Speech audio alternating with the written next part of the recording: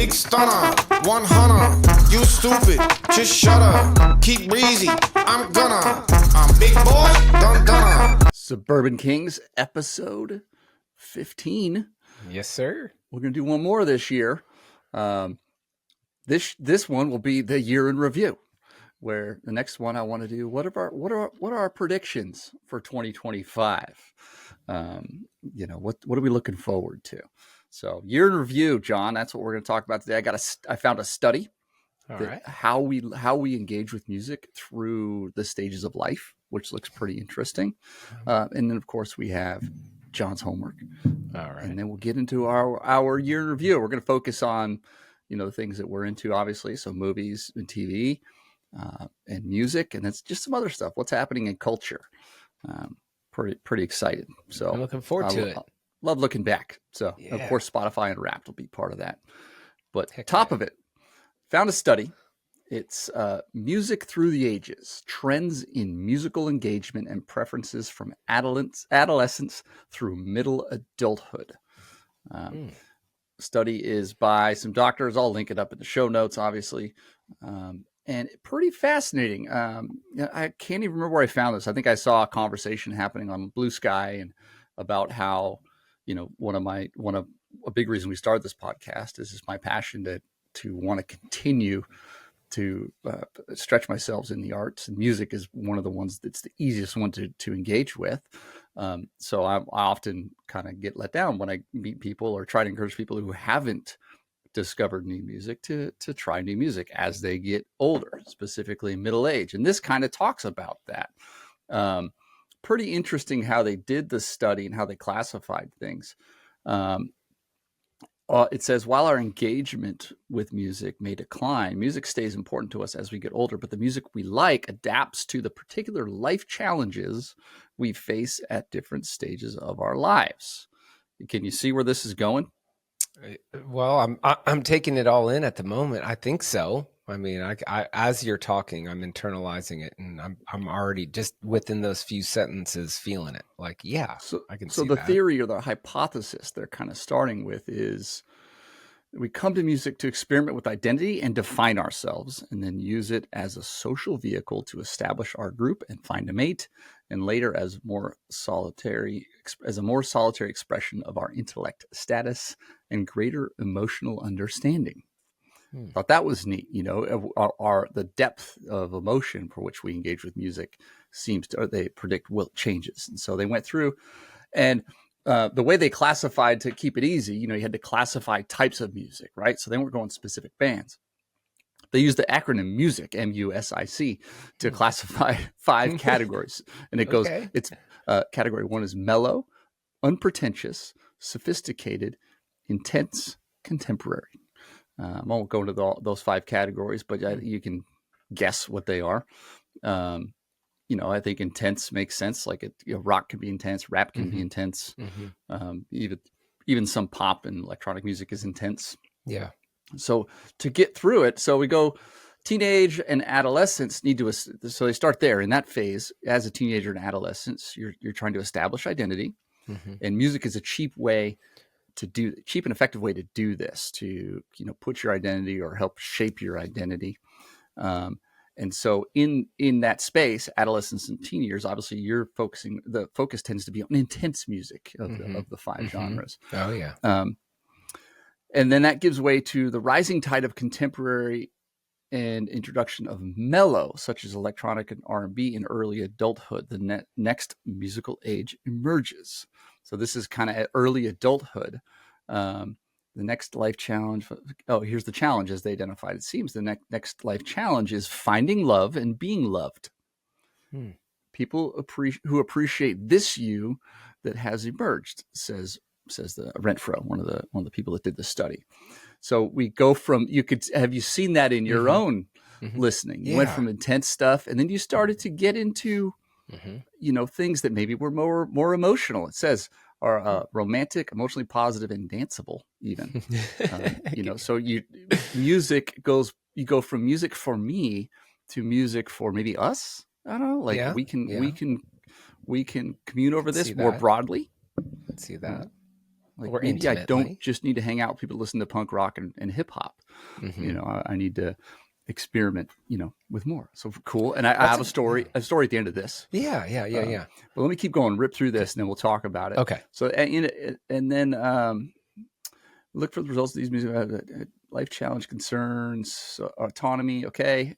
Middle age begins to creep in. The last musical age, as identified by the researchers, is dominated by sophisticated, such as jazz and classical, and unpretentious, such as country, folk, and blues. I would say pop. You know, I would throw Taylor Swift into that. This is an older study, so I think it's 2013, 2015, somewhere there.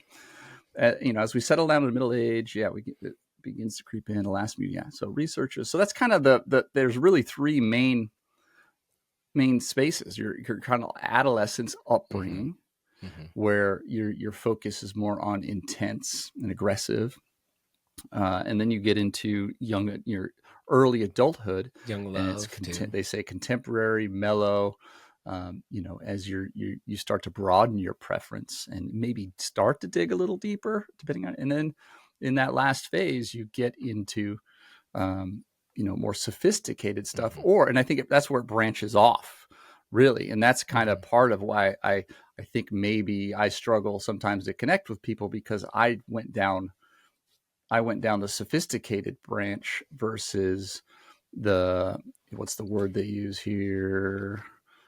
Unpretentious, you know, which is country, folk, blues. At that time, I would say, you know, easy to listen to pop music. So yeah, those three phases. Can you put yourself in that, John? What did that look like for you? Yeah, man. I listened to what you just shared, and it goes through my mind that, you know, I youngest sibling, and so music had a way of like being put on me by what my siblings were listening to. And so I would listen to what they listened to, although it didn't really register with me so much. Because you're the youngest. I'm the youngest. Yeah. And so I remember, though, through my siblings, a discovery of music where it started hooking me. And then I'd find myself going back, putting headphones on, putting a CD in the player and listening to it, you know, for myself. And I remember it being like Pearl Jam's 10 and Nirvana Smell Like Teen Spirit, and even some like Doors albums and some Stairway to Heaven, you know. I feel like most white suburban Gen X boys went through a Doors phase. Yeah. Yep. Guilty as charged. That's me. I fall in that category.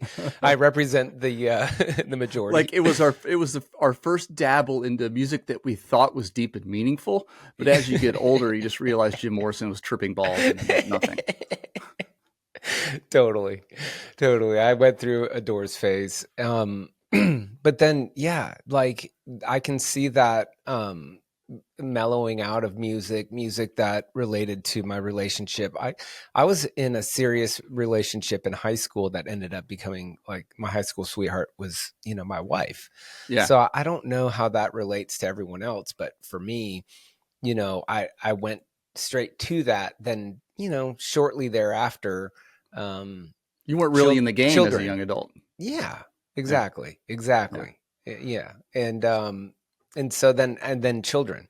So as I was listening to this progression of this study, I could find myself in each of these, you know, acronym words. But the thing that I think that's interesting is a regression and a rediscovery of music through like childhood. So like, Okay. you know, and what I mean by that is like, you know, you put on like the little lullaby songs for your kids when they're young, but I had a hard time with that. And so like, I would find these creative kind of ways to like find a win-win, like Yo Gabba Gabba or like Aquabats, because like Aquabats were just punk, you know, but they were like, they made me laugh and chuckle, and it was digestible or consumable as my kids are getting like, kind of the ABCs or like Young Adventure or so. Then I think that kind of plays into this much larger conversation that I think you and I are having, and I'm discovering, of like the why behind what we're doing, of this disengagement of culture at right around this time for me. Like, Yeah. because I've made that shift to kids, and I started getting lost in that, like, music my wife and I can listen to, and then that's where I could see the tapering off. Like, maybe I don't quite land on the last part of this because of that's just the pace of life that pulled me away from, Yeah. that I'm re-engaging into. I don't know if any of that just like kind of made sense. Well, I would but say even in the midst of kids, having known you and been listening to music with you for 15 years, going on 16 years, um, you're naturally drawn to the sophisticated. So I would say you and I both probably engaged with that genre as defined in this study, that sophisticated music at an early age. Um, for different reasons. Maybe it's because we were younger. I think that might have we're the youngest in the family. Mhm. What's the age gap between you and your oldest sibling? 44, like a little over 10 years. I say 11 years. Yeah, so that's almost generational. My not counting. I have my oldest sibling who I never lived with, so much older than me that we never were under the same roof. Not counting her. Um, my kind of closest brothers are, gosh, like 12 and 7 years older than me. And, I was exposed to their music at an early age. So I started the journey of intense music probably before most kids. Mhm. As an Yeah. elementary kid, I was Mhm. exposed to Pink Mhm. Floyd, Mhm. Bon Jovi, Beastie Boys. Like, this is Mhm. the stuff that was on my Walkman as I would cruise around Yeah. town. So intense stuff, Yeah. relatively, Mhm. and so yeah, maybe that has I something to do I with can it. But relate to that. so now we're at this age where we're trying to avoid giving up, Mhm. and so maybe that's why it's easier for you and I to not give up. But yeah, keep going. So now you're trying to re-engage with Yeah. sophisticated because you've Yeah. kind of you were listening to your kids' music for a while, and now you're looking, okay, what do Yeah. I do? What's my Well, I taste? think I think the take on that for me, when you said, kind of avoid giving up, I think I um disengage unknowingly. And what I'm coming to find within this is like getting back into music and the arts, like rediscovery. It there's this lull in manhood, so to speak, where like I'm hitting that kind of midlife crisis where I'm finding my way out of it a little bit through re-engaging. Like, there's life to be had that I miss out on within myself, that comes from the arts, and Right. that's giving me like a little more mojo or pep in my step that I've been lacking and been needing. Yeah, it's the beautiful part of life. It's part of what makes it meaningful. But as we go into that third phase, kind of the two things it talks about: sophisticated branch, unpretentious branch. I've become okay with the unpretentious branch. I don't knowingly put on Taylor Swift, Chappelle Roan, country music. I don't know it. I don't intentionally put that on, but when it's on, I'm not like upset about it, or I'm not making fun of people who listen to that stuff anymore. Like when I was younger, Mm-hmm. like, oh, you listen to Mm-hmm. country, it's Mm-hmm. whack, but pop is lame. I listen to hard music or Radiohead, or I listen to bands you never heard of. Mm-hmm. You kind of, that part I've let go. I'm okay, with whatever people like, what they like, Yeah. as I mature. Um, but this got me thinking: has an artist transcended this life cycle of intense and then more mellow, you know connected, and then either gone fully sophisticated and tried to experiment, or gone the unpretentious route? Mm-hmm. That's what got me thinking, okay, is Mm-hmm. it an artist that's kind of followed this? Hmm. That's a Can good you think of one question. offhand? Yeah, right off the bat, I'm thinking through that. I mean, do you have somebody in mind? I think it's common. I think when I look at the artists who've stood the test of time, um, a couple come to mind. One is Peter Gabriel, and I would also say like a Paul Simon, where they kind of a little bit out of order. They started with intense stuff. Peter Gabriel, early days with Genesis. Later Phil Collins took over. His So album it had some intensity to it. At least the big hits were like Big Time and that stuff. His hits were intense. There was deep stuff in there. That's one of my favorite albums. But then he kind of went. Both Paul Simon and Peter Gabriel went very experimental. They brought in like African beats, and for me, it was too pretentious for me. Like it cut me off. But I think there's one that's current. There's a musician right now who, even in the last 10 years, has kind of gone through this whole life cycle. I would say maybe Post Malone, right? That's who I'm thinking about. Absolutely. He's gone the whole this whole arc in 10 years. His early stuff was, you could call it hip hop. I think it was probably categorized as hip hop, and it had some intense language, intense themes. Maybe sonically it wasn't intense, but it was to the point where it was teenagers were listening to it, maybe college kids. I was listening to it because of my kids, and so that his early stuff, I love that. Beer Bongs and Bentleys, that album. Yeah. And then he kind of got into, almost, kind of lovey relational type songs with like Sunflower, and there's like a really full chill, pop. Like full pop. Yeah, full pop. Yeah. And now he's gone fully Country. unpretentious with country. Yeah. So he's kind of ticked all these boxes. He got the teenagers 10 years ago, and then he kind of grew with them into the kind of the middle, what's the emotional, romantic, positive, danceable stuff.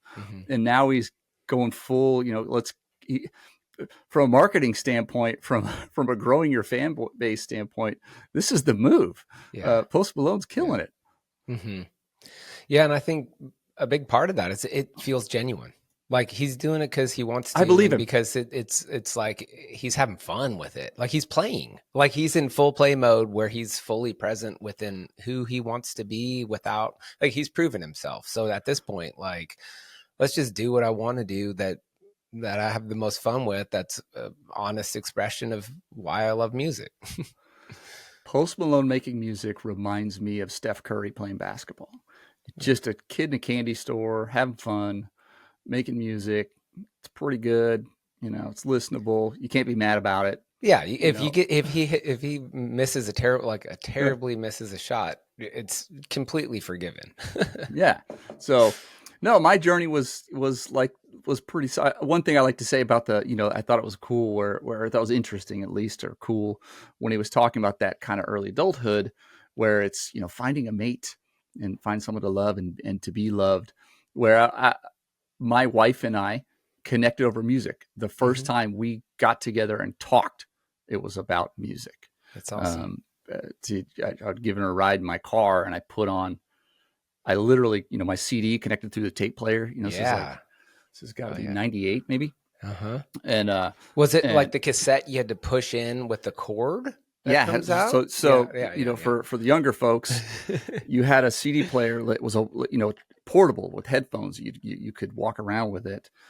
Cars, especially I had a 1985 Dodge Aries K car, didn't have a CD player, but it had a tape deck, and so you'd put this tape in there that would translate the CD. It would play through the stereo via like an aux cord. Yeah, so that was the aux back then. But it went to your CD player. Yeah, and so I pulled out Cake's album Motorcade of Generosity. And at the time, in the moment, I had grew up in Sacramento, and this is a few years into college, so I'm still my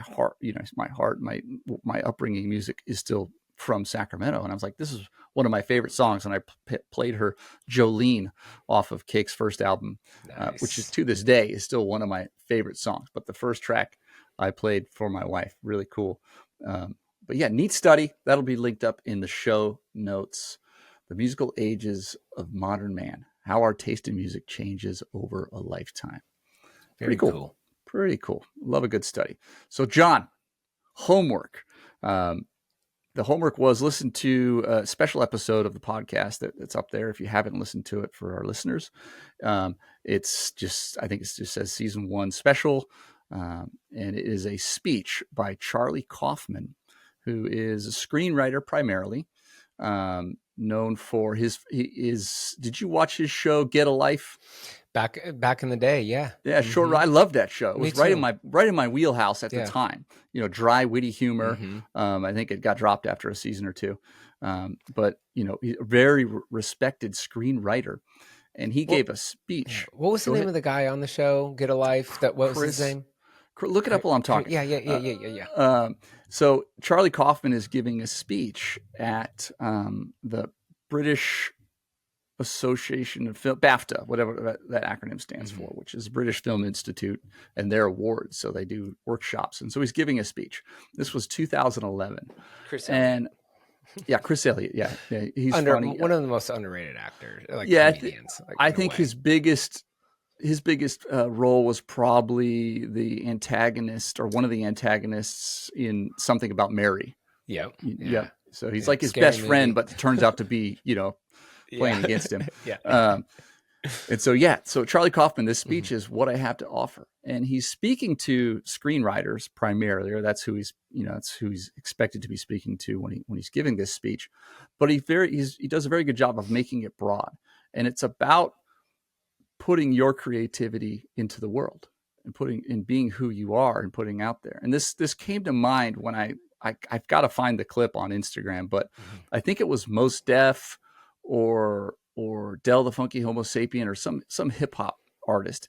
And he's talking in an interview, and he says, people who are true fans of music will try to make music at some point. Right. They'll try to create something. I kind of level it up and say, back in the day, maybe you just made mixtapes or maybe you made playlists. I'd say that's the lowest bar. Like you were making music if you're taking time to assemble a playlist. That's what Willie Nelson, I think it was, that said, we're all good for at least one song. Yeah. So, and that's really kind of what I took away from this is, I encourage people to, you might not consider yourself an artist, you may not consider yourself creative, but you do put something into the world. And so this speech is really about that. It's really this humbling encouragement to, put into the world. So what'd you think? What were your takeaways? Yeah. Well, man, I listened to it twice. Yeah. And I already feel like, man, I need to listen to it again because there really is a lot there. Yeah. And in his cadence of his delivery in it, he there's different parts of it. There's parts of it where he's like just kind of off the cuff, relating to everyone and sort of just this basic mankind, human self. Yeah. And then there's parts of it where when he's speaking, it makes me feel like, okay, this is the writer. Like this feels almost like a poem in a way. Yeah. Just the cadence of it where he says some things and cuts it off, says it another thing, kind of cuts it off. And the delivery in that, each one of those bars or sentences is enough to just pause and think. And that's why I'm saying I need to go back and listen to it again. Yeah. But also I think when I was listening to it, you had put out a clip of it and it was powerful and you put it on the Instagram, on our page, or on our account. And like, that was where I was like, man, this is really good. But then I listened to it through for the first time yesterday. Yeah. And it caught me in a moment where I had space and time where I was already reflecting. The weather is actually getting cold here a little bit. Like this morning, there was a little bit of ice on my truck this morning. Nice. And so, I mean, it kind of caught me in a moment where, I mean, it moved me to like the verge of tears a little bit. Yeah. And I think my takeaway in that, or the feeling that I was experiencing, is it hit me on a very core, like personal level, and a very honest, like even as he's speaking, his voice is like really shaky, like almost like almost breaks into tears a few times as he's talking through things, because of what I feel to be like very honest and very, transparent, but really vulnerable. Like he's putting himself out there where like he's so vulnerable that, there's like, I don't know, like susceptible to maybe what he's experienced in his own past, where he has been not okay because of the world or people around him. And he brings up bullies, maybe making him feel like who he is isn't good enough, or who he Right. is, he had to tuck away or protect or hide. And so I think it's even hard for me just to talk about, because I get really abstract, because in the way I review what he said, because it spoke to me on so many different levels that my mind goes all these different places, where I feel like he's in his honesty trying to speak away from his pride and his ego, where he's like kind of checking that at the door. But even in that, there's so many paradigms or that he's saying, or even contradictions in what he's saying, that he's aware of when he's saying it, because he prefaces of like, look, I'm broken too, and in my brokenness, this is my ego speaking, trying to be like humble. Like, and he's like, that's like a paradigm in and of itself. It gets a little bit, I don't know, I don't think I would use the word in that point, he's really talking about, I'm caught between what my job is. The job description of writer is to get you to like me, to get you to like my stuff. Exactly. And what I should be doing is, and the best stuff comes out of me when I am just being who I am. Yeah. And he uses that Serpico scene, Al Pacino, where he goes, I he's love that dating scene. that girlfriend who's an artist, and everybody's like, rattling off their two things. Yeah. Right. Like, I'm an artist and a waitress, and then Al Pacino's like, I'm a cop and I work for the police department. Yeah. Like, that was powerful that he brought that into his speech. And I related to that because, I've, for my adulthood, I've in a struggle saying it out loud. And this is why I related to it. Is that, I've been a pastor, and it's weird for me to say that. Like, I try to avoid that. I try to avoid that title. And I usually try to say something else to this identity of who I am, of like, I'm a fisherman and, I work for a church. Like, I don't even still say like pastor, or like I'm a dad and a husband and I, a philanthropist. Because I try to separate. I think that's right on, where if you're trying to be something, in the professional context, the lyric from the Avett Brothers always haunts me when he says, decide what to be and go be it. And to find that, I've worked with artists when I was on the board of a nonprofit and helping artists figure out how to be financially viable. And in that reality where you have to have a day job to finance what you're doing, and how to separate those two things. So no, I'm not mad about it, because I don't consider myself a tech executive. Like, that's not, who cares? Like, that's not what I talk about. And so as I've matured, I've been able to really separate what I have to do to get legal tender versus who I am. And at the same time, I try to continue to be who I am in my role. And this encourages me to be that. Like, I can't, if I'm faking it, if I'm just caught up in my ego, I'm going to burn out, and it's just not going to work out. So this is who I am. This is what I have to offer. And that's really what I love about it. Well, I do too. But I think hearing you say that says a lot to me about who you are and where the journey that you're in, and where you've done work in your life to get to that point. Because I think that, just like that saying we were saying about, everyone's good for a song. Yeah. Like, that we don't get to the point where we sing the song. We struggle to decide what to be, and we don't go be it. And so in that, you've done work to be able to say what you just said. And I think that that's why it moved me, is because I've struggled so much to decide what to be, and I'm not being it. And the kind of the catch, or the twist in his speech is, it's you. Like, you are the greatest gift to this world, and that you have value. And I don't know why we struggle, or I struggle. I'll just say I struggle to do that. And he addresses all the things, like, because, and I related to this need, or for me, it's a brokenness to want to be liked and to be accepted, to the things that I say, this deep fear and also need, which gets me outside of my true self to try to say the things to people to get them to like me. Right. Like I'm crafting this alter ego that's not true to myself, because I'm just, more than anything, I'm doing this for you. It's a codependency thing. Where I'm not authentic. I'm not being myself to be vulnerable. Like, say, hey, I'm going to say this regardless of if you like it or not, because this is me being authentic, and this is actually my greatest gift to you. And it's also like how you receive that or not is the gift in and of itself. Sorry, I get really abstract. It hits me on this exactly level. it. Just Where babbling. That's the takeaway from me, where he closes the speech. What he says is, what I have to offer is me, and what you have to offer is you. And so I've taken that to heart. And it, since first hearing this almost 10 years ago, I don't think I heard it when it first came out or when he first gave it, but it's always impacted me and helped. And that's what I've done. I've decided this is who I am. This is the life I want.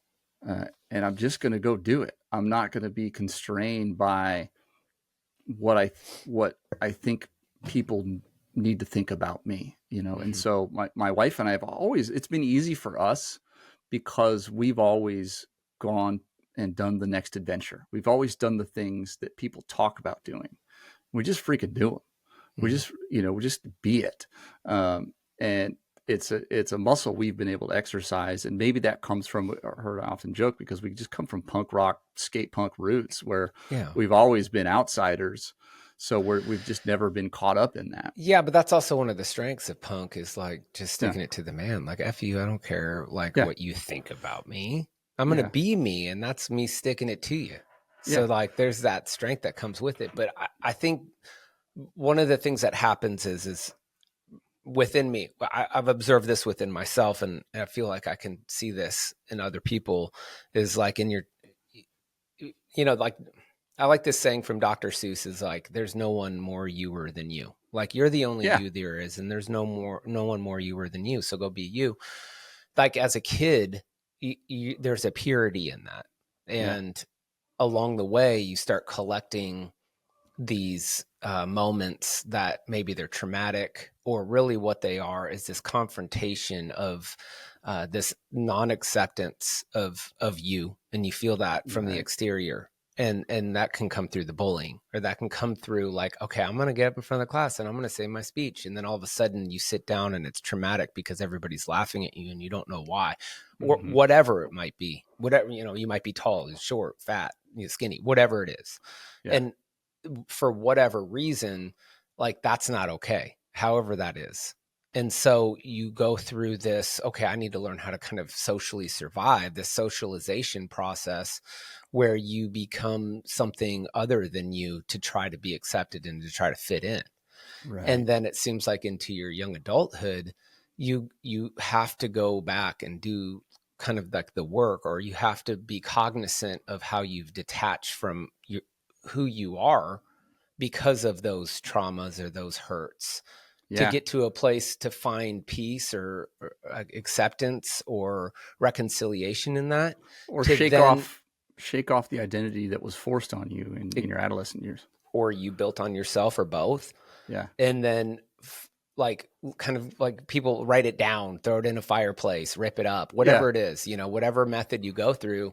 But really what that does is it's a reacceptance or recognition of self, to get to a place I feel like in your adulthood, or your purpose is to be you and to offer you regardless of how it's accepted. Yeah. So like, I don't know, that just kind of took me through listening to that speech, a real honest, kind of broken, but like just brilliant guy, connecting on a human level, putting things that are really hard to say into words in that speech. And I mean, it's powerful. It's really powerful. Yeah. Good take. Yeah. So definitely, if you haven't listened to that, it's in the podcast feed. It'll probably be the episode right before this one. Just go grab it. And it's one of those that, I've gone back to that for the last 10 years, 10 plus years, and just love it. Love it. That kind of thought. It's not for everybody, but I love the introspection. I love the encouragement. But yeah, it's been a big part of me. Very cool. So let's go 2024 year in review. We've got the Spotify Unwrapped, which is nice. Mine's always a little weird. I'll have to qualify it because just the way I listen to Spotify it kind of skews things. But let's start with movies and shows. And I'll start with the first one just to get things rolling. What I think was my favorite movie of the year, and by a long shot, not even close, is Dune Part 2. One, huge fan of Denis Villeneuve and the crew he puts together to bring this, the cinematography, the score, all that stuff. It's just phenomenal. Just a beautiful movie, and just powerful. Love his stuff. And it's really interesting because, having read the books, have you read the books? Mm-mm. I have not. I'm going to spoil the Dune for you. Yeah. And it's fine because the way he's approaching it as an artist, it's okay. It's still, because I've read the books. I know what's going to happen. Right. And the movies are still incredible. So, he's done a really good job with that, with taking the source material, being true to it, but also bringing his twists. The book, it's a political book. It's a political movie. And I think that's why a lot of people didn't quite get part one, because they're like, well, this is a space action movie. No, it just happens to be set there. I mean, it's really almost like a period piece on politics, because if you read if you understand the universe there, they've gotten rid of thinking machines, because AI destroyed things. And so this is 10,000 years in the future, and they've gotten rid of that. So they're kind of old school. Things are mostly analog, but they've gotten rid of the thinking machines. Anyway, it's a political movie, and it kind of is arcing with what's happening around the globe right now in different ways, where you have popular political figures or parties, not just in America, we're seeing it in lots of countries, have co-opted religious fundamentalists because it's an easy base to rile up. And if you can just check a couple boxes on some issues they might care about, whether it's, in America, it's the evangelical, in the Middle East, it's Muslims, different places. There's Catholics in South America. It becomes this easy base to manipulate. And so they rise up a leader, and the leader, you see the inside, backdoor dealings. The leader is manipulating unknowingly the fundamentalists to rise to power. And then they'll realize in Dune Part 3, when that comes out, they'll realize he's not the good guy. He's going to turn on them, and he was just manipulating them all the way. But at the same time, he's not his own man. He's been manipulated by, an unseen, force, whether it's oligarchs as we see today, or in the Dune movies, it's like a religious sect that kind of in the background.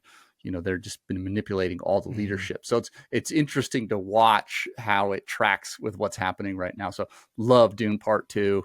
I've probably seen it 10 times. I saw it in the theater twice. Went to the it's not IMAX, the bigger screen, but the seats vibrate. The Sphere. It's called XD. Yeah, no, really cool. Yeah. Loved that movie. Yeah, you saw it, right? Yeah, I did, and I'm with you, man. I saw Dune back in the 80s, when it intrigued me. And it was a movie also I shouldn't have watched. I remember my parents like, hey, don't watch that. It's weird. It's rated R. But I was so drawn to it. And when I watched it, it haunted me and messed with me. It scared me, but I thought it was awesome. And I even had gone back and rewatched it, before Dune Part 1 came out. And then when Part 1 came out, loved it. I couldn't wait for Part 2, saw Part 2. I loved it. And I will say that, it makes me feel a little bit like a 14-year-old watching it, because I feel like so much of it is going over my head. Yeah. Like the sub stories of like what you were describing with like those, religious, like, cause you can feel that when you're watching it, like each of these, like the good guys, bad guys, and the other guys in it, they all feel like they're different denominations of churches in a way. Yeah. but that's on my list. And the year in review, that's right up there at the top of my list, because, as we go through this progression of lists, you're going to come to see why it's so important that I'm doing, this show, this podcast with you, because Dune Part 2 is probably one of the only like respectable / adult movies that I think I watched this year. I hardly saw any like good movies, so to speak. I saw good movies, but they were like with my Older kids. Yeah. No, good. Now hit me with a show or movie. In that vein. What's a show? So, what's up for you? Give me okay. one to hit. So one that I went and saw, and it was just fun. I was up in Michigan at the end of summer, and we were up there for like a long time. We were up there for almost 2 weeks, and we were on a lake in a cabin. And so we went and did old school, where we bought tickets. We went and saw a movie together, all 6 of us. I had to take out a second loan to go, to make sure I got the popcorn. And we went and caught Twisters, like the part 2 of Twister. Yeah. And it was fun. Like, it was a fun movie. Did your kids watch Twister, the first one, beforehand? So they had a little context? Okay. And that's why they were excited to see it. Like, my kids have this, like, like that tornado, like, fear of, like, we have a couple of memories of, like, I think when you and I were living in the same neighborhood, where there was a couple of, like, tornado threats, funnel clouds, like there was some swirling happening, and so we got a mattress and put it on the door, and lit a candle, and hid in there for a little while, and the kids were like, it was an adventure. And so we watched Twister, and anytime the weather gets bad, they're looking up in the sky. As a kid, I grew up in Lincoln, Nebraska, from ages 1, or from when I was where they have tornadoes. And I have a tornado alley. I have 2 memories of, like, my dad was grilling. He had to pull the grill into the garage. Don't pull your grill into the garage, which he did. That's a bad idea. Yeah. Well, I can see your dad doing that. Yeah. But we were grilling, and it started hailing, and then we literally watched a tornado, like, over on the horizon, like, and I just watched it, and my sister ran out to try to grab a piece of baseball size hail. Again, try not to run out and grab a piece of baseball size hail, because she got hit in the head by one and, cried. And but, so it was fun. It was the effects were almost awesome. They were just cheesy enough. I mean, a solid, C+ by B- movie. Kind of has this up and coming, Matthew McConaughey 2.0 guy who stars in it. I can't even tell you his name, but he's from Austin. He went to one of the high schools just down the road here.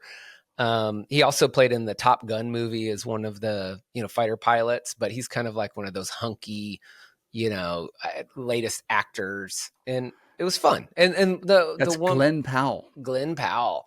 And the girl who was in it, my daughter, like, she thought was awesome, because she was this, tough, like, storm chaser, eye to eye with Glenn Powell. They're both fighting to be the best scientist / storm chaser there is. So, and just also on top of that, they wound up with like a little movie poster. And so that's on the back of my daughter's, when you open her closet door, she's got like hidden in her room. That'll be a core memory for them. Yeah. Twisters. That's awesome. See, I mean, that's kind of what the movie theater is for. That's what it used to be. Like, I'm going to go have a core experience. Yeah. The Twizzlers and popcorn were great. The kids. But now our systems in our homes are so good that the theater is it's not that level up, unless you're going to the draft house and it's a more immersive experience or more holistic experience. But yeah, I didn't see Twisters because I hated the first one. It just was Bill just not my kind of movie, like I just wasn't that into it. Yeah, don't blame you. It awesome. In the vein of movies, one I just recently saw, you could probably call it like it's like a coming of age movie, but it bridges the gap of a traditional coming of age movie, and it really is impactful for adults. And the movie is called My Old Ass, which is kind of like, my old ass is better, like a turn of phrase, right? And it is Aubrey Plaza, and the lead is Maisie Stella, who I've not seen before. And the premise is she's, a farming family, like in like in Vermont or something, cranberry farming, where they do that, like Maine or New Hampshire or something up in the Northeast. And, small town kind of vibe. And she's, they make it very clear in the first act that she's, on a journey of self-discovery. And at some point she goes and I think they do mushrooms or something like that. And Aubrey Plaza shows up, and it's her older self. And so it's not like this ghost thing. I mean, they don't try to do special effects or anything like that. Like, they're just talking and chopping it up. And she can actually text her on her phone. I think they even talk on the phone. And it's one of those things where it's this moral dilemma of, do I warn you about your future so that you can avoid pain? Or is the pain worth the joy that comes with it? Man, And powerful. it's this really, it's just sneaky movie that makes it just super powerful. My daughter's like, we got to watch this. So her and I watched, she had already seen it. She loves a good movie like that. And it hit hard. It was really one of those. It wasn't, not like a typical time travel movie or like what's the Christmas one where, Ghost of Christmas Past. Yeah. Present, Scrooged. Yeah, that thing. It was really powerful. My Old Ass. I don't think it rated particularly, but that's a 7 on IMDb, which makes, I'm fine with that. Maybe even better than that. But I thought it was one of those movies where it's like, yeah, this is worth watching. It's not something I would have gone and seen in theaters, but really powerful movie that hit pretty good.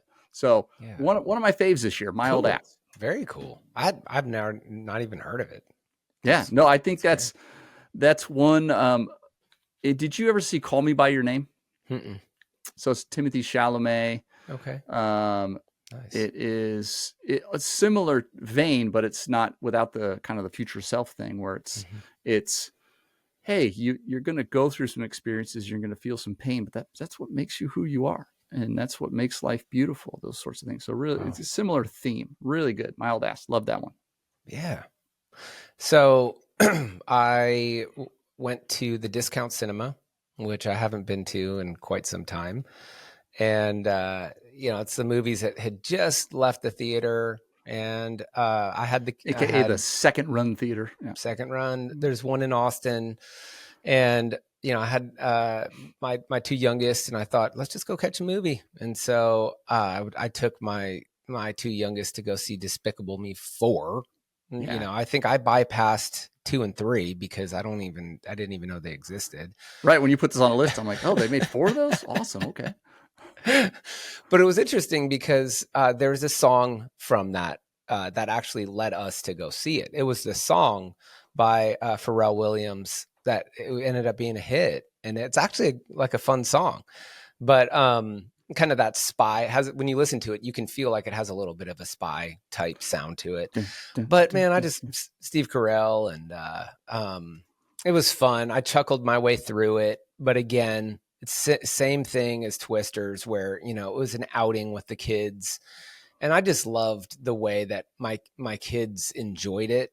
Like at one point I look over, my youngest son's, he put the little armrest up and he's kind of cuddling up on me and, eating his popcorn, and we're sharing a drink, and it's just a whole lot of fun. So it was a fun movie, if for a kid's movie, it was creative enough, and it had me chuckling. I thought it was cute. Some of jokes that went over the kids' heads that were kind of, they've gotten pretty good. The movies, the cartoons have got pretty good at throwing a bone to the parents out there so they can have a chuckle.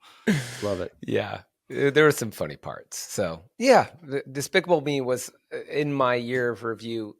My year in review in movies is very short because I didn't see that many movies. And the movies I have seen have been most recently through conversations you and I are having.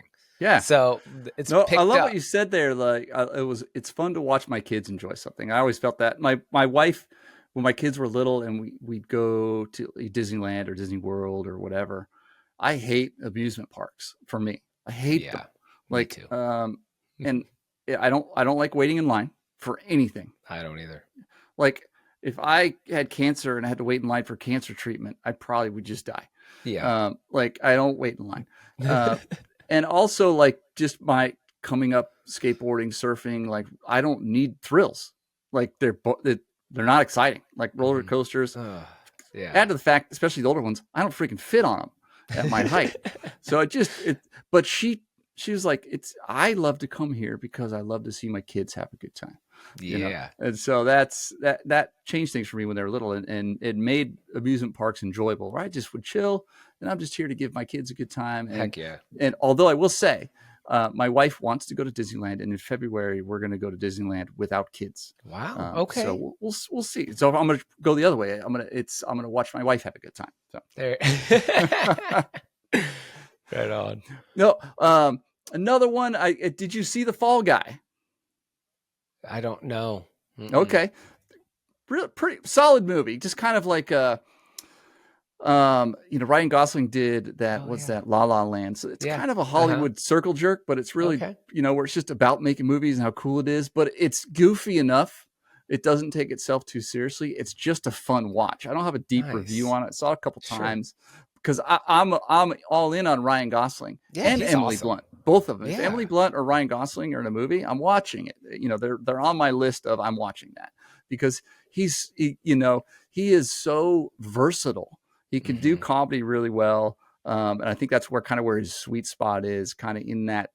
I think he may have found that when he did The Nice Guys with Russell Crowe, one of my all-time faves. The Fall Guy. He was really good in the Barbie movie too. I just gotta killed it in the Barbie movie. Golly. That was awesome last year. How versatile too when he starts getting into those dance scenes and stuff. Well, you could see old videos of him dancing and singing as a kid. That was kind of from the pure theater Mickey Mouse show or something. Yeah, that kind of stuff. So The Fall Guy, I loved that. But one that I think a lot of people didn't see, that's worth talking about is a movie called Knox Goes Away. It's Michael Keaton. He directed it, and he's the lead. And so he is a assassin, contract killer guy, and he's diagnosed with a rapid dementia. Cool. He's somewhat estranged from his son, and that's where you start. And his son comes to him, and I don't. His son got like someone hurt his kid. I don't remember the premise for this, but anyway, a guy comes over to his house, and his son kills him kind of accidentally. Oh, geez. And so Michael Keaton wants to make that right, so he deploys his skills as an elite assassin. Oh, sweet. And makes it right, and does it with a really interesting twist. So it's if you like a detective whodunit, mystery thinky movie, a little bit of twist, a lot of twists. Yeah, it's not. Okay. Yeah, super twist. You may be able to figure it out, but one of those a delightful little twist. I think it was straight to HBO Max. You can rent it on Prime, but if you have Max, you can watch it now. Really, I think it technically came out in 2023, but I watched it this year. Knox Goes Away, Michael Keaton. Cool. Just I don't want to say cute's the wrong word, but just a incredibly easy to watch, fun movie that can keep someone who's a little more casual interested, but at the same time, if you like to kind of immerse in a movie and think about what's going on, it was really well done. Plus, it's Michael Keaton. Again, he's one of those guys. Michael Keaton's in it. I'm clicking. I'm watching it. Sweet, great flick. Knox Goes Away. Well, what do you got? One of the movies on my list, you put it on there for me, and I'm glad you did. The Will and Harper. Yeah. I didn't go to the movie theaters for this one because it was a Netflix movie. Yep. Right. So I watched it on my phone. Documentary. Yeah, and it was a good. I think after watching it, I just had another level of appreciation for Will Ferrell. I mean, because the depth of love that he has of just being a genuine, good dude, you can see it come through. Golly. You always thought he might be that. You always thought he might be that. Great friend. An amazing friend. At the end of that, just the way he gives Harper that ring, or, like, golly.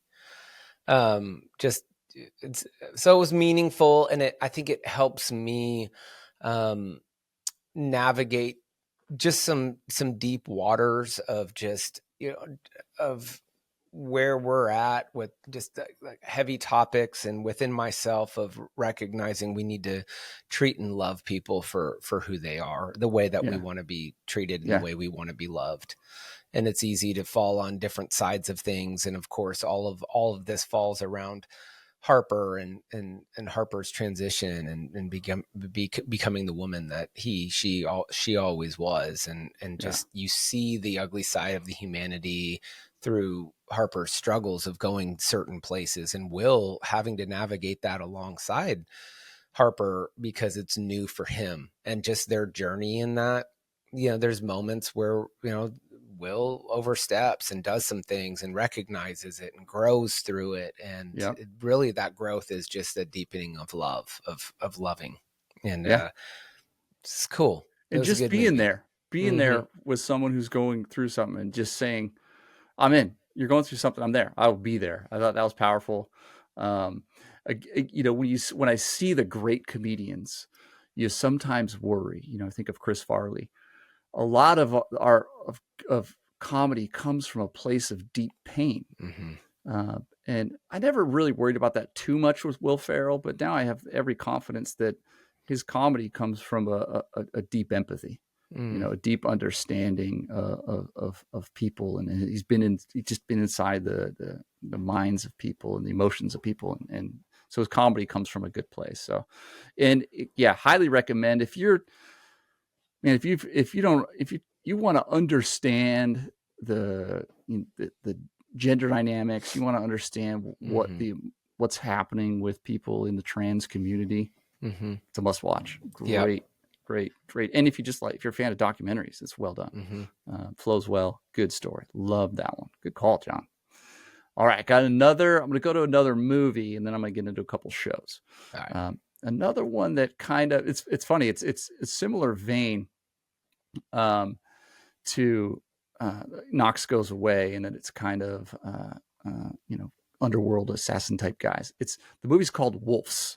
It's George Clooney and Brad Pitt, two dudes. If lately, if they're I'm clicking, they're watching. So it's on Apple TV right now. Okay. Just came out in the last few months, so it's relatively new. Having watched it, if you read the premise, it's funny that it's called Wolves. I don't know if it's an homage to Winston Wolfe. If you remember Winston Wolfe, Harvey Keitel's character in Pulp Fiction, in the Bonnie situation. He's a fixer. When something goes horribly wrong, the underworld crime people, this is the guy they call to come in and fix a problem. And it's called Wolves. And both Brad Pitt and George Clooney are rival wolves. And in their own mind and in their own world, as far as they know, they're the best, and each one of them thinks they're the best and only one in the country or the state or the set. I think it's New York City kind of thing. So they're the one. So it's like they're the most elite, and they both get called in to the same case, basically to fix the same problem. So whoever calls the fixer thinks it's so bad that they both get called in, and I would call it a dark comedy, where they're both trying to fix this thing, and they're stepping over each other, like that's how I do it, and they're both trying not to reveal their secrets, of how they do stuff. But isn't there like a kidnapped kid, like a young dude that they're trying to? Yeah, that's part of what they're fixing.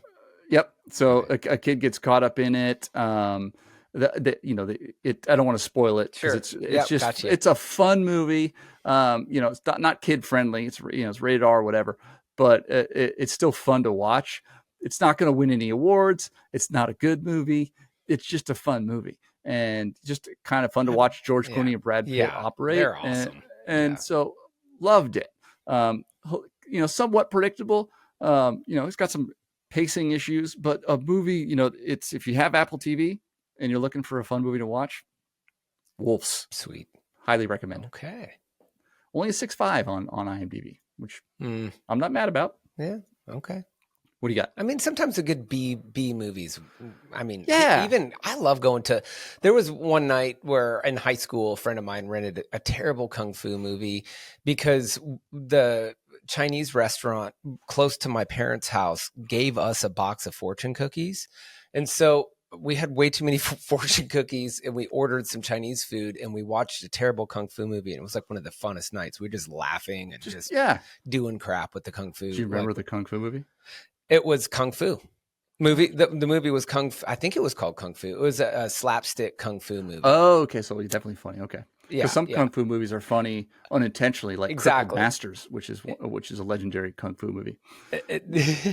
Yeah. So good. It's good to catch a terrible movie, but I don't have any of those on my list. But I would say let's jump into a show. Hit me with a show. Yeah.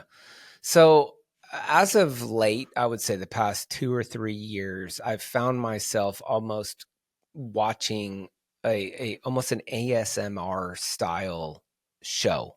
And almost if you were to take it a step further, if you've ever seen any of those Life Below Zero or like Alaska, The Last Great Frontier type shows. These are reality shows. Yeah. Which I do not watch. I don't watch reality shows at all. So there's these 2 reality shows that I've watched, and they're very similar. One's called Alone. The other one's called Outlast. But Alone is where they take 10 or 12 contestants. They go out to remote Alaska at the tail end of like fall, where things are just still hanging on. And they drop them off in these 10-mile radiuses, 20-mile radiuses of one another. And all they get is like 5 things and then a red button. If you hit the red button, you're tapping out, you're out. But the whole idea is the last man standing or woman at the end of this gets, $1 million, $500,000. Right. And so the thing about it for me is it's like, I mean, there's an outdoorsman in me that I try to get outside. Are these skilled people? Or just random people? Yeah, no, they each kind of have their thing. They'll say like, oh, I was a trapper, or like I'm a carpenter, but I also on the weekends work on starting fire out of nothing. So it's like Survivor Man, but it's competitive. But they're also, competitive, but they're also just kind of regular everyday type people, maybe with a little more like camping experience than the other. Right. So it just gets really gritty. And when you're watching it, you're like, oh my gosh, like I can't imagine what this is actually really like. Cause they're having fun for the first week, 10 days. And usually at that time, the first couple people start tapping out like, oh, I didn't realize. Just whoever stays the longest out there. Yeah. And there's some people who they stay out there for 2 months, 3 months, like in a little, in the depths of an Alaskan winter. Like wolves are around, and they're like their rations are getting taken by, wolverines or badgers or whatever around, and they have to find food, and it's so. But the thing about it is it's really quiet, and a lot of it, there's not a whole lot of talking, and just you feel the winter in a whole different way watching it. And so I got in this routine because there's several seasons where that would be the last thing I'd watch before I go to bed, and I kind of fall asleep to it. But I guess I'm just living vicariously through these contestants, like just trying to survive in Alaska. And so and then Outlast is very similar, but they actually have to be in a team. So it's by teams. So it almost has a little bit of a Survivor element to it. But both these shows are reality shows where they're out in the wilderness, and it's just cool to see, how they survive or how they work together as a team to try to win the show. That's really cool. Yeah. That's really cool.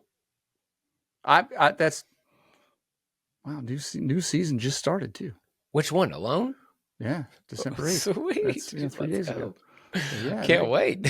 Awesome. This week, new season of Alone. Wow. We're gonna be checking that out. Only $500,000. That sounds way harder than it Survivor, is so which hard. is like $1 million.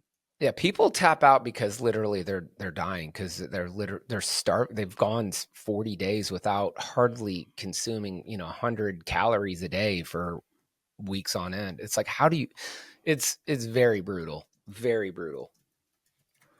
But I love it when they finally shoot the rabbit, or they snare a rabbit, or they like catch a fish on this homemade,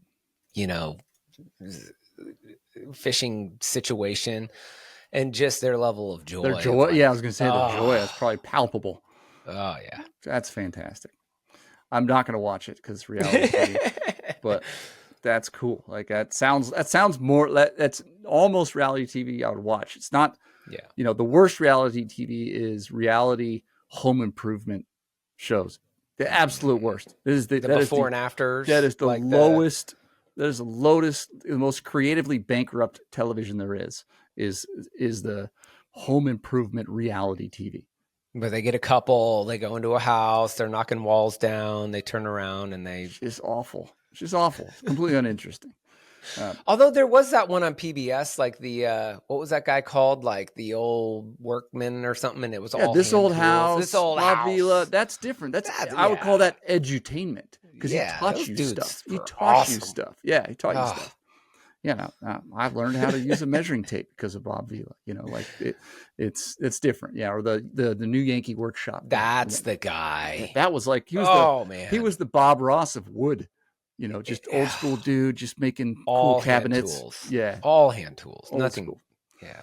Yeah, that's ASMR. I could watch that. That is. That's soothing. But like the new stuff where it's like, what's gonna happen next? Like, I don't care. Like, I don't care what's gonna happen next. Let's just go. So that's what drives me nuts. I think that just the stop and start nature, because like, you watch a scene and then they tease you, and then it goes to commercial, and then they tease you again, and then you see it, and so they're just, it's like watching the news where they're just trying to freak you out to keep watching. And so that's what's turned me off to reality TV. It's like, dude, just let's go. Let's stop with that. So a show, it's the third season came out this year, and that's The Bear. But I first watched it in May. It was one of those ones where people are always recommending shows to you, right? And then, eventually enough people recommend it, and the right people you trust who have made good recommendations in the past, and it gets on the list. And The Bear was this. So I burned through the first 2 seasons in May. My daughter had a surgery, so I actually was her roommate for 6 weeks. And this was the show we watched. The Bear, if you don't know, is the story of, our lead is Jeremy Allen White, who's kind of a rising star right now. He's had some good roles. He's inherited a restaurant, which is just a Italian beef kind of almost fast food restaurant in Chicago, but he has a background working at multiple Michelin star restaurants. Like there's a couple of them are real in the show. One is the French Laundry, and the other one is in New York. It's called Daniel. And then there's a couple, that are fabricated for the show. So he's got the history of being an elite chef, and so he takes over the restaurant, and that's the arc: is how do I convert my brother's old, roast beef, basically high-end Arby's, not to downplay an Italian beef, which is awesome. If you ever get a chance to have a proper Chicago Italian beef, it's amazing. And I know where there's one near you, by the way, in Austin. Go to Wise Guys at the 45 Toll and I-35 there. It is that they have a proper Italian beef there. Mind blower. Really good. Right. And if you need a Chicago dog, same thing. Anyway, he wants to turn this in. He wants to get a Michelin star. He wants to turn this into fine dining. And that's the arc. And it's volatile personalities and just chaos. I'm sure they're overplaying the chaos and fighting that happens in the back of house at a given restaurant. But it's entertaining nonetheless. And you have to kind of work through that. You got to get past like the fighting, but you'll start to fall in love with some of the characters. And one thing I often tell people, it's season 2, they're short episodes, like 30 minutes or less. So they go quick. It's on Hulu. And season 2, episode 7, I've been telling people since I watched it, this is the best episodic TV episode I've ever seen in terms of the emotional impact and the reveal and the arc of this particular character, who's the centerpiece of season 2, episode 7. Can you watch that just standalone? No, or you have no, to know, absolutely not. You got to get there. Yeah. So there's a Okay. character in the first episode, and I remember sitting there distinctly with my daughter because we're talking through, we finished the first episode, and I looked over to her and speaking about this character who has the kind of the focal point of that episode. And you're first going to be turned off by him, and you should be. And I think it's very intentional the way he is in the first episodes. I turned to my daughter and I go, at some point we are going to fall in love with that guy. And you can see it building and building, and it takes all this build and the release, the reveal, him discovering who he is and his purpose all comes together in this really powerful episode. And so even if you just get to that point, it's so worth it. I know some people kind of get tired of the fighting and the drama within it. I'm in the middle of watching season 3 right now. Season 2 leaves you with a cliffhanger. And so, yeah, just pretty dang good. The Bear.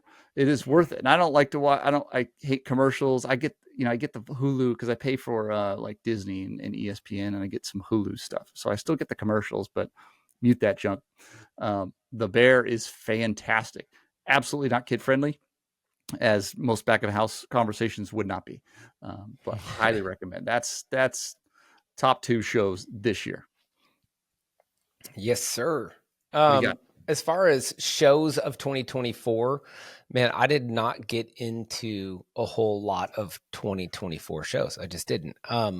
However, or a season and from this year. Well, here's why though. Like, I have defaulted to putting on something that can be in the background of at the end of the day when my wife and I are hanging out, got the TV on, and she's on her phone and then I'm on my phone.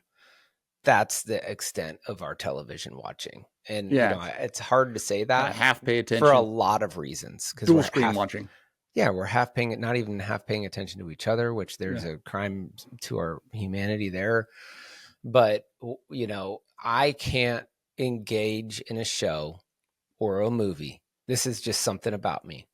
If the other people around me aren't as focused as me, and I get hyper focused, and that's why. Yeah. I feel the same way.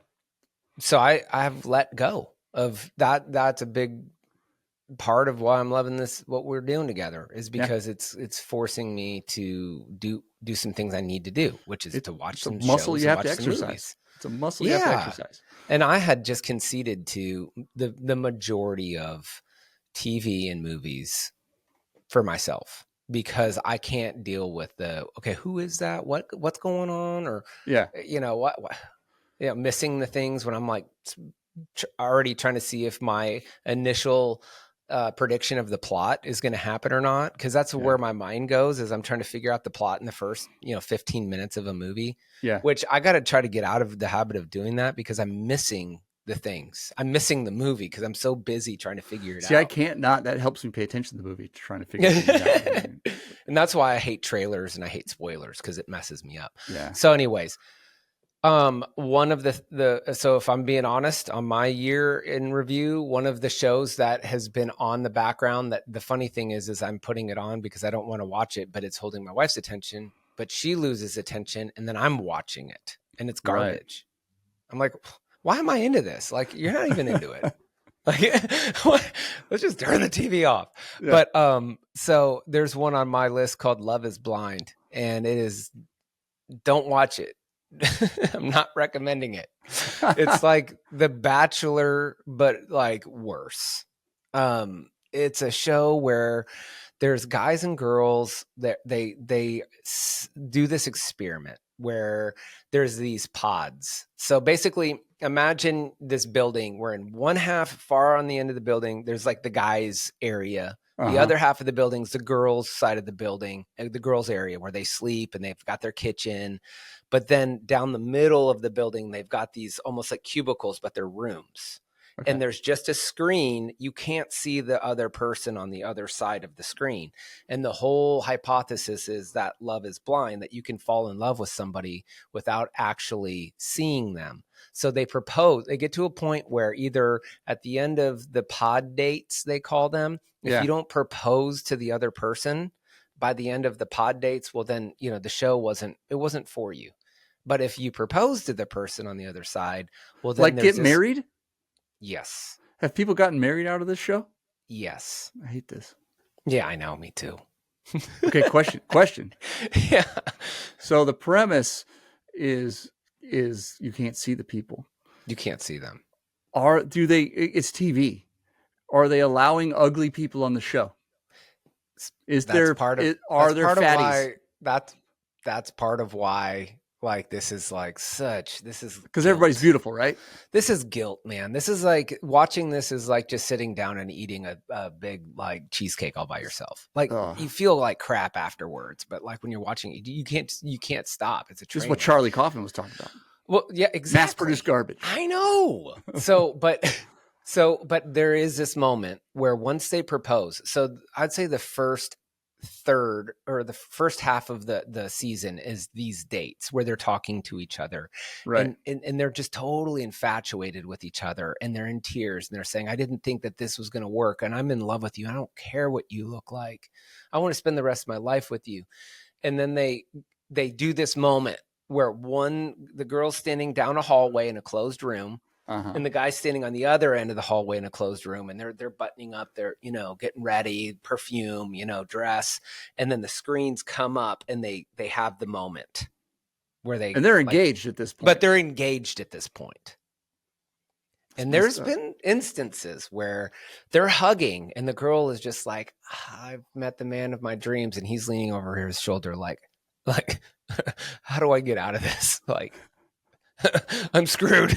I'm not attracted to you at all. So it's part junk food, part watching a car crash. And so what they do is from that point, they send them on their honeymoon before they have a wedding ceremony. So they spend 2 weeks at this like tropical paradise, right? Which is where all hell starts breaking loose. And then at the end of the whole thing, they do weddings and they walk up to the altar, and at the altar, like, they have an opportunity to like back out at the last second. Hey.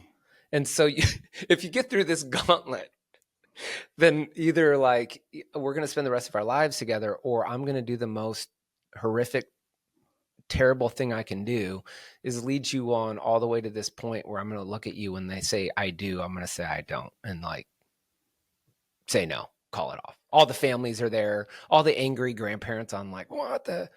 Is the wedding at a cool exotic location? Oh, it's all there you go. So yeah, at least get a free trip out of it for the family. Yeah. This is the worst. This might be worse than home improvement reality shows. This is worse. Yeah. Oh man. Yeah. I know. It's on. That's, if it was more real and you had the trailers looping over here on IMDb and everyone is beautiful. Like if you had like regular people on there, different ages, sure. Ugly, skinny, fat, let's really shake it up. Someone with a peg leg, like let's see how this point goes. of being blind if everybody's beautiful. Let's see how blind this love really is. Oh, so dumb. Okay. I'm John, I miss the me from 10 minutes ago that didn't know that existed. There you go. I deeply apologize. So I'll fix it right now. I'm going to just touch on it really quick, then I'll talk about a different show, and that is Shrinking. Apple TV. Probably the highest quality show currently streaming right now, and so I think we're on season 2 or 3. Really good show. We got an aging Harrison Ford. Deep issues, good comedy, lovable characters. Really neat. The writer is. Did you watch the Ted Lasso? I saw the first half of the first season. So Roy Kent, the angry bearded guy, he's actually one of the lead writers on Ted Lasso, and so he's the lead writer on this one, Brett Goldstein, and so it's kind of his humor, his stuff. So there's a familiarity in the cadence and the comedy to Ted Lasso. So if you like Ted Lasso, where they're wrapping comedy and lovable characters and just dynamics, but wrapping really interesting truths, and kind of deep, sociology, psychology kind of in there. And it's framed by our lead character is a psychologist. And so, or a therapist. And so it's a really good one. So just touching on shrinking really quick. I think everyone Nice. knows about that. But one that flew under the radar, and it's another one of those. If it's got a particular actor in it, I'm watching it, and it's called Bad Monkey. Okay. Vince Vaughn. Oh yeah. Vince Vaughn. And it's Vince Vaughn being Vince Vaughn.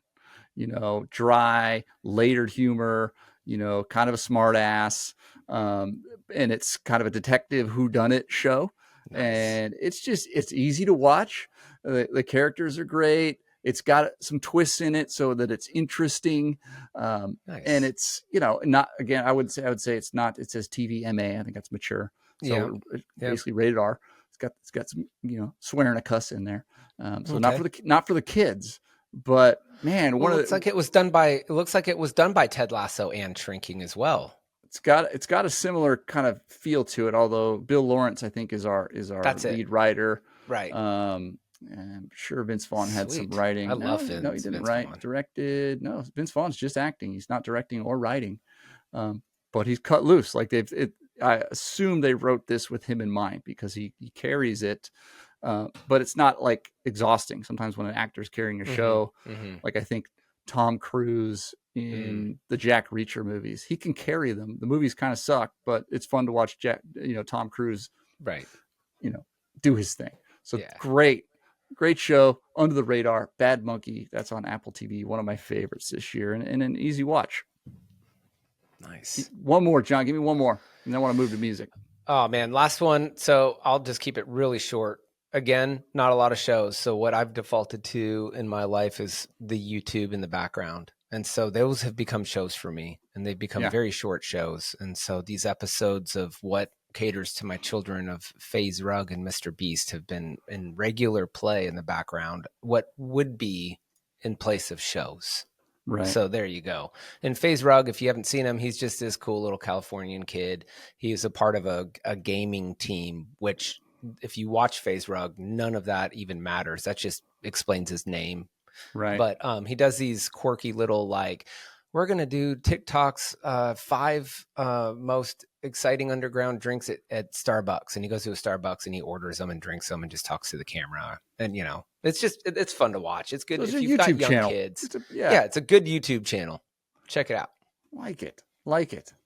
No, I've got all my YouTube channels are very, very niche. So I, usually related to bike racing or skateboarding, and occasionally, data science in some of my work. But yeah, I never got into like the kind of the personality based stuff. But I see the appeal. Like it's very consumable. Well, let's move to music, and I want to start with Spotify Unwrapped. Okay.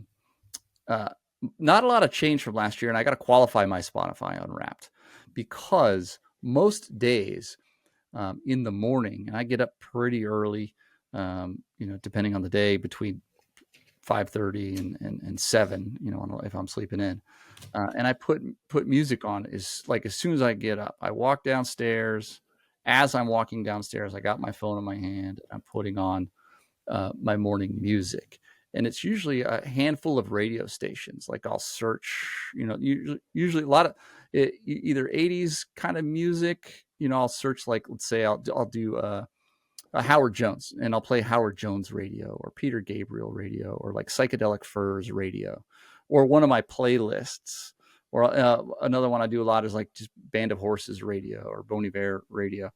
And my playlists have some of those have a lot of bands in common. So when I look at my top artists, it's influenced by that, because I might start that thing at 6 a.m.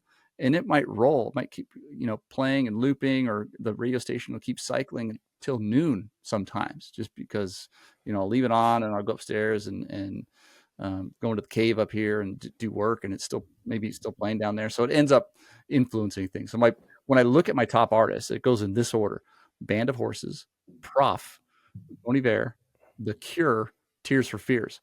4 of the 5 are influenced by that. So it's not a true top artist, because when I think of top artists, I would think, albums I've clicked to listen to. Right. I would love it if I could dig into Spotify Wrapped. So Spotify, if you're listening and you're not just listens, like I know you can track this because I built software. like albums I've actually clicked to play on. I wouldn't include Mm-hmm. radio station plays. Yeah, I agree. And I wouldn't even include, if I would maybe wait playlist plays, because it's just different than me clicking on an album or going to that artist and playing their top tracks. And then when I go over to my top songs, all 5 of them are from Prof, and I think they're from a couple different albums, both Powderhorn Suites and Horse.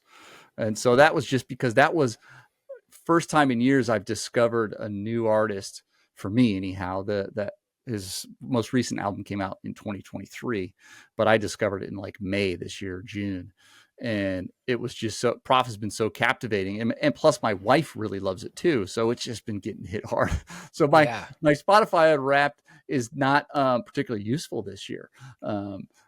Because of that. So I kind of earwormed on the Prof, and just because I'm almost mad about, like, how come I haven't heard about this guy, and he's been cranking out hits for 10 years. And he just announced a show a couple of days ago. They'll be playing Red Rocks. So his first big 10,000 seat show with JPEG Mafia, Danny Brown. If you're in hip hop, these are legendary. These are so it's going to be pretty cool. Anyway, that's my Spotify Wrapped.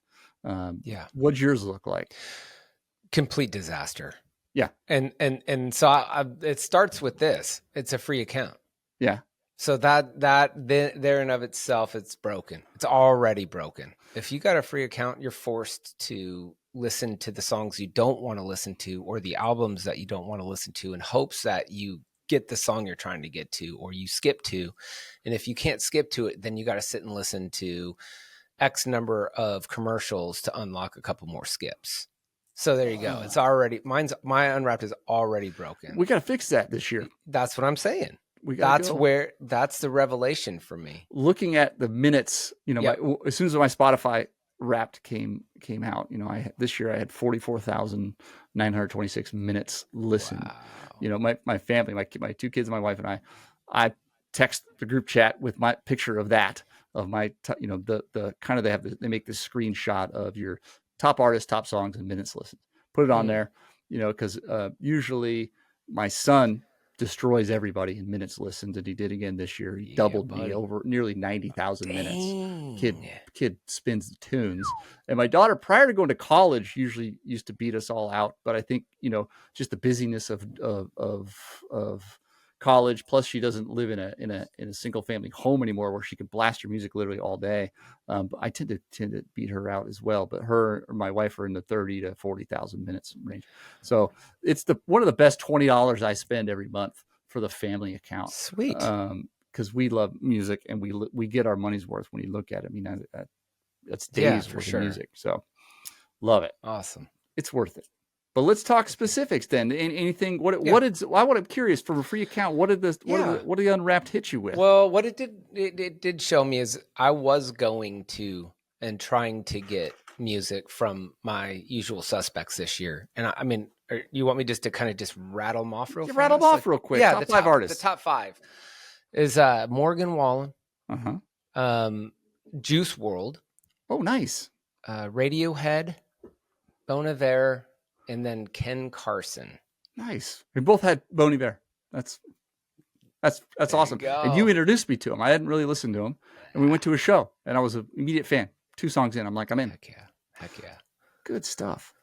Now I got my Spotify open, and I'm clicking through things, and I wanted to start with one from you because my wife's way into it, so I've heard it a ton, and just kind of where it rates for the year, and that is Post Malone's F1 Trillion, combo deluxe album. Give me the take.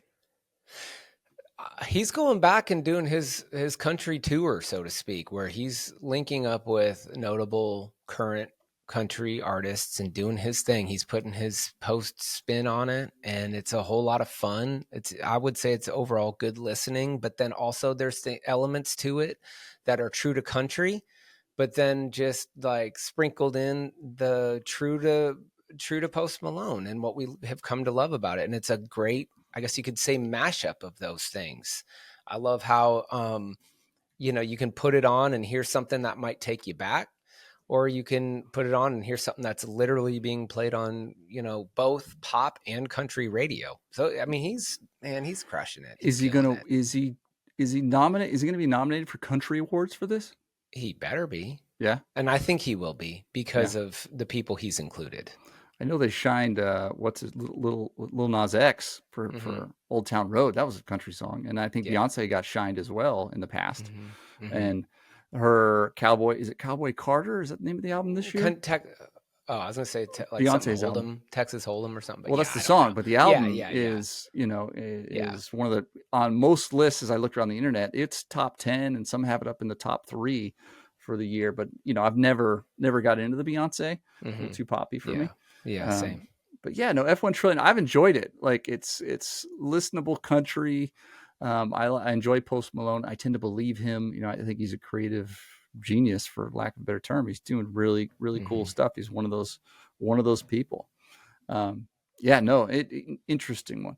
The next one I just want to review because I think I didn't receive it as well as everyone else, and that The Cure dropped an album just last month, Songs of a Lost World. And I remember very specifically, putting it on and sitting down to listen to it, be very intentional, because I love The Cure. You can see it's one of my top artists of this year, number 4, partly because it shows up in a lot of playlists that I have, but I love The Cure. And so I was excited about this album, and it was a miss for me. And I was kind of expecting something like what Depeche Mode's done with their last couple albums, where they've kind of hit all of their sounds in the album. It kind of almost feels like a history of their music, where you kind of get some of their guitar driven stuff, some of their electronic stuff, some of their harder stuff, some of their quieter stuff, all in an album, where this was all Cure quiet stuff. Like honestly, I was 2 songs in and it still felt like I was listening to the intro of a song. The whole album feels like the intro of a song. It's just this noodly, spacey, so to sit down and listen to it wasn't the setting. So I may need to try, see how it does as background music, and see if something jumps out at me. So for now, I'm not feeling Songs of a Lost World by The Cure this year. So that was a miss. Yeah, one album that popped up was an EP, like Space Side of the Bon Iver. It came out just 3 songs. And that came up on my list because I went back to it a number of times, listening to it, because of course the self-titled song on that EP, like, man, it's a great song. It's all the things you've come to love and enjoy from his music. And then the other 2, it sounded like classic Bon Iver. It left me wanting more. Like I wanted 6 more songs, but the other 2 that were on there are really good too. And as I've listened to them, one of the 2 has really grown on me. So I'd say 2 of the 3 have done it for me. No, I dig it. Love that album, or that EP. Maybe it's a teaser. Maybe there's more coming. But I did like the kind of the shift, some of his electronic stuff with 22 A Million. I love that album. Sure. I need to go back to it and listen to it. I checked out on it too soon. No, it's good. It's very layered, but yeah, you got to work to get into it. And then recently, this album I've been spinning a bunch. It really hits, and that's Kendrick Lamar, GNX, which is just the initials GNX. So Kendrick Lamar, I didn't get into his older stuff. We have a single or here or there. So for me, someone who's been immersed in rap, he seems to almost come out of nowhere some years ago. But he's found a knack. He's found a niche, a way to still be true to like hard hip hop. Like, so if you're a true hip hop head, you can like Kendrick Lamar. But if you're more casual, you can still like him too. Like, he's really found this balance. And I don't know how he's doing it. Or he's got a good team around him, or he's just this genius, because it's, I'd be interested to see, how he operates, because I'm really enjoying this album, and it flows really well, top to bottom. And I believe he's lined up to play the Super Bowl this year, which there's something to be said about that. That's it. Like, he can play the Super Bowl, but he's still relevant and a current artist in serious hip hop with serious messaging right now. He's not just not pure pop. And so I think he's really found a good balance. I highly recommend spinning that album. A lot of people put some of his other albums, as all-time greats. Specifically, the one I always see on top of lists is, where is it? one of his older ones.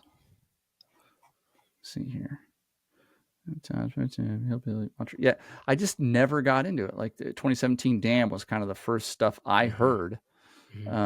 And a lot of people will put his album To Pimp a Butterfly as like one of the all-time great, hip hop albums, up there with like 36 Chambers and Liquid Swords or, Illmatic or something like that. And I'm like, why? I never was really listening to it. Never got into it. So, so I'm curious. It's gotten me digging into Kendrick Lamar more, this album, because it hit for me a lot better than some of his other stuff. So what else you got? Man, that's it. I mean, that's it. I have an incomplete list. Let me hit one more then. Yep, one more. This one, and we kind of discovered together here on the podcast, and it's a unique one, and that's Panchico's Death Metal. Again, we talked about it like one of the early episodes.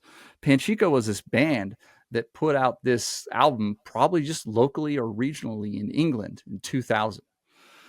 And then the band just kind of went on their way. They didn't hit. It didn't become a career. They all went and got jobs.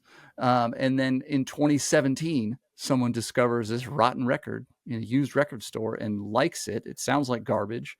And over the course of a couple of years, they get found, like the people online, in 4chan and Reddit, they find them and they're able to get the album published again. So it's an old album, but only in the last few years did it come to the surface. And it's really, really, I've been listening to it a lot. It's, I would call it shoegaze music, which, if you're familiar with that, is just kind of quiet, noodly. If Pink Floyd never existed and they came to existence 10 years ago, they would make shoegaze music. Really cool. Love Panchico. And again, that was one that my son recommended to me, and it really, really, really cool. So big fan of that. But yeah, looking forward to see what's coming next year. So other stuff this year, John, any pop culture moments, things that were interesting to you? Well, man, I'm looking at our show notes, and I'd say the things that I've been most curious about have been the things, Elon Musk has been working on, but then also this emergence, and here we are with AI. Yeah. What's your take on AI? What's the murmurings in your world? As someone who's not involved in tech, I've actually worked in companies building AI applications. So I'm very close to it. What's the everyday guy in the street think about it? Well, I'd say there's two sides to it. It's going to make us better, more efficient, but then, then on comes all the Terminator 2 talks. So, it's kind of a mix of those two things. Are you using AI tools in your work? Yeah. Chat GPT can help. What are you using it for? Put together. I've actually used them to create talking points for groups of people that come together and talk about things together. And you can spell it out and it'll do a great job compiling a list of questions. You just put in the subject matter and tell them the number of questions and just rattles them out. It's like, okay, that saved me 45 minutes. No, it's I use it in my work all day long. I don't use it for necessarily generating copy or text or whatever like that. I use it in writing code and those sorts of things. It's allowed someone like me, who I understand how code works, and I can write specs for engineers as I've done for years to actually write the code. But now it allows me to prototype things because I don't know how to write code. I don't want to learn Python, but I can get it to write working applications and working functions so I can quickly test out my ideas. So AI has been huge for me. Love it. This may be close to home for me, but last couple of years, and specifically this year, it really peaked. Women's basketball had a moment. Watching it, my daughter plays at a high level, played in the Elite Eight this year, but just watching the Caitlin Clark effect, and her, the world started paying attention to women's basketball this last year. Did you feel that? Oh, 100%. For sure. It's so funny because it was a little polarizing in my household because my daughter was super excited about it, but then my son, he simultaneously loved it but hated it because of Caitlin Clark. Yeah. Like he became like, oh, I'm sick of hearing about her. But then, totally just validated all the hard work and the love that my daughter has for basketball. And Yeah. I'm happy it finally is like arrived, and I it's hope going to it, I continue hope it to, I feel. continues. Yeah. My wife and I went to a sports bar here in Portland so they do 5 games in the finals in WNBA, not 7. So it's game 5. It's it, do or die. Went to the sports bar here in Portland, and it was just absolutely packed. I've never been to a sports bar for, like a Super Bowl or a big, World Series or NBA championship, anything like that. But we wanted to go just because, we live in the city now and we live in an apartment. And so you go out and you do stuff like that. And so we went, and it was just jammed. It was awesome. It was a really cool experience. People showed out. It was just really cool. And I think that's easy here, but really, really cool to see that happen. I hope it continues. And I think a big part of it is the fact that, the men go to the NBA so fast, you never get to know them. Where Caitlin Clark, we've watched her for 3-4 years, depending on how much you pay attention, to kind of grow and develop a brand. So really cool. So I'm curious to see who's next in that. Olympics. It was an Olympic year. Summer Olympics I watch. Winter Olympics I don't watch. Did you watch the Summer Olympics? Yeah, you and I started talking about it. I got off to a slow start, but man, that finish with the Dream Team, or 2.0, was so great. It was everything you'd hope for. It was Steph Curry. What Steph Curry is doing it's just art. It's beautiful. Heck yeah. It's beautiful. Apps, technology that have any kind of apps that or games that are. I don't play games. I never got into them. Yeah, no, I'd say my kids, but yeah, no, I can't put my finger on one that, Yeah, no, I've kind of stepped away from a lot of the social media. I killed Facebook years ago, but I will say I've moved over to Blue Sky, which reminds me of Twitter. When Twitter first started, I was involved in social media at a deep level in my career. So in 2007, I was on Twitter as soon as it was available. And Twitter was always my favorite social network.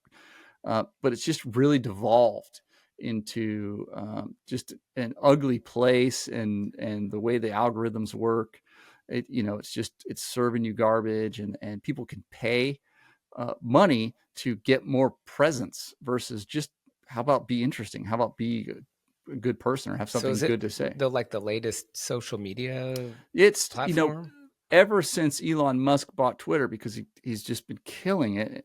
I mean, I don't mean in a good way. He's destroying it with the blue check mark thing and all that stuff, and kind of just basically firing the entire It has no moderation anymore. The porn bots, the Bitcoin bots that are constantly hitting you and stuff like it's just become a total trash fire.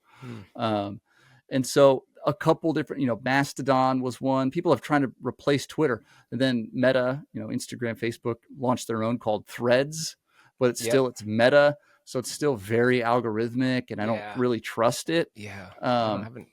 Where Blue Sky at as far as right now seems to be the best Twitter alternative, and it really got traction in the last few months, and that's really what it needs. Not enough people got on Mastodon, not enough people got on Threads, not enough people got on some of the other ones that tried to contend, Truth Social, etc., like that. But Blue Sky seems to be getting traction, so it's the most interesting thing happening right now as the year kind of winds up. I'm trying to get it going. It is hard to move away from Twitter, because that was always my favorite social network, because it was the most open. It was truly the town square of the internet. When something was happening, whether it's a sports happening, you'd go to Twitter and you could see live conversations of people talking about the Super Bowl, for example. You could jump into a conversation about that, and we were all talking. But it's just, it's not, right now, I think enough people are saying it's not worth the headache of all the garbage that's on there. And Blue Sky is much better moderated so far. And so I'm not seeing the porn bots. And if they are, they go away quickly. Not seeing the Bitcoin bots, not seeing the thirst trap nonsense on there. And the ability to self-moderate is much better too. You can block entire lists. So people make lists of people within certain, demographics or certain, political ideologies, because I don't want to be political on there. and you Right. can block entire swaths That's of people cool. with just a couple Very of clicks. cool. You can I'm gonna filter check it out. out. You can filter out words, so you'll never see posts with certain words in them.